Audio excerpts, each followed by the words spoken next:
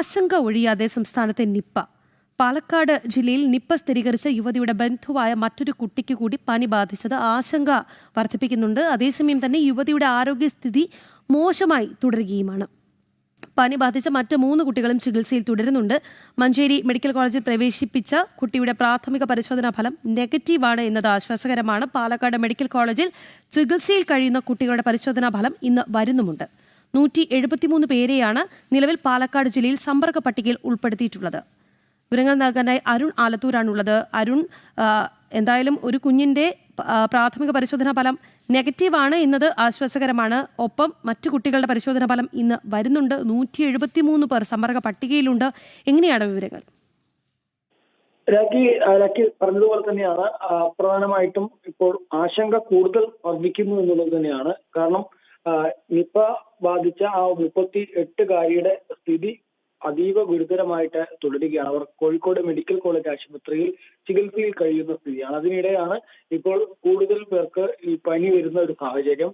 ആ യുവതിയുടെ ബന്ധുക്കളായ മറ്റൊരു കുട്ടിക്ക് കൂടി ഇപ്പോൾ പനി അനുഭവപ്പെടുന്നു. ഇതോടെ യുവതിയുടെ ബന്ധുക്കളായ കുട്ടികളിൽ 4ാമത്തെ ആൾക്കാണ് പനി ബാധ ഉണ്ടായിരിക്കുന്നത്.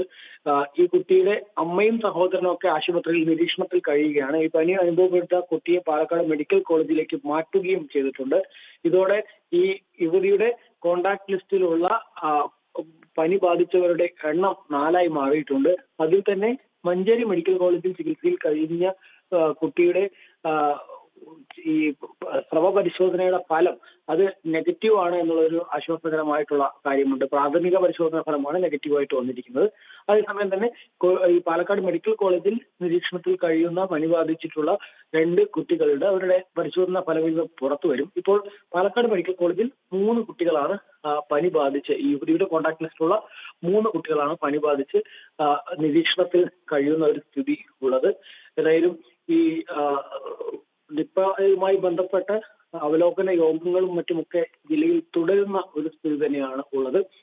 173 പേരെയാണ് നിലവിൽ പാലക്കാട് ജില്ലയിലെ സമ്പർക്ക പട്ടികയിൽ ഉൾപ്പെടുത്തിയിരിക്കുന്നത്. 2185 വീടുകളിൽ ആരോഗ്യ പ്രവർത്തകർ ഭവന സന്ദർശനം നടത്തി വിവരശേഖരം ചെയ്തിട്ടുണ്ട്. ജില്ലാ മാനസികാരോഗ്യ വിഭാഗം 165 പേർക്ക് ടെലിഫോണിലൂടെ കൗൺസിലിംഗ് സേവനവും മറ്റും നൽകിയിട്ടുണ്ട്. പാലക്കാട് ഗവൺമെന്റ് മെഡിക്കൽ കോളേജിൽ 24 മണിക്കൂറും പ്രവർത്തിക്കുന്ന കൺട്രോൾ സെല്ലിലേക്ക് 21 കോളുകൾ പൊതുജനങ്ങളുടെ ഭാഗത്തു നിന്നും ഉണ്ടായിട്ടുണ്ട് എന്നുള്ളതാണ്. പ്രത്യേകിച്ച് ഈ മേഖലയിൽ നിയന്ത്രണങ്ങൾ കർശനമാക്കിയിട്ടുണ്ട്. അവിടെയുള്ള ജനങ്ങൾ പ്രധാനമായിട്ട് മാസ്ക് ധരിക്കുകയും അതുപോലെ തന്നെ സാനിറ്റൈസ് ചെയ്യുകയും ഒക്കെ ഉൾപ്പെടെയുള്ള ഗവൺമെന്റ് പറയുന്ന കാര്യങ്ങൾ കൃത്യമായി അനുസരിക്കണമെന്നും കഴിഞ്ഞ ദിവസം ജില്ലാ കളക്ടർ തന്നെ ആവശ്യപ്പെടുന്ന ഒരു സ്ഥിതിയും ഉണ്ടായിട്ടുണ്ട്. ഏതായാലും ഇപ്പോൾ ഏറ്റവും പുതിയതായിട്ട് ആശങ്കപ്പെടുത്തുന്ന ഒരു കാര്യം എന്നുള്ളത് ഒരു കുട്ടിക്ക് കൂടി പനി ഉണ്ടായിരിക്കുന്നു എന്നുള്ളതാണ്. ഏതായാലും മറ്റ് 2 കുട്ടികളുടെ സ്രവ പരിശോധന ഫലവും ഇന്ന് പുറത്തു വരാനിരിക്കുന്നുണ്ട്. സംസ്ഥാനത്ത് നിപ്പ ആശങ്ക ഒഴിയുന്നില്ല. പാലക്കാട് യുവതി ഗുരുതരാവസ്ഥയിലാണ്. ഒപ്പം ഒരു കുട്ടിയുടെ പരിശോധനാ ഫലം നെഗറ്റീവാണ്. എന്നാൽ മറ്റു കുട്ടികളുടെ പരിശോധനാ ഫലം ഇന്ന് വരുന്നുമുണ്ട്. എന്തായാലും നിപ്പ ആശങ്ക ഒഴിയുന്നില്ല എന്നത് തന്നെയാണ്.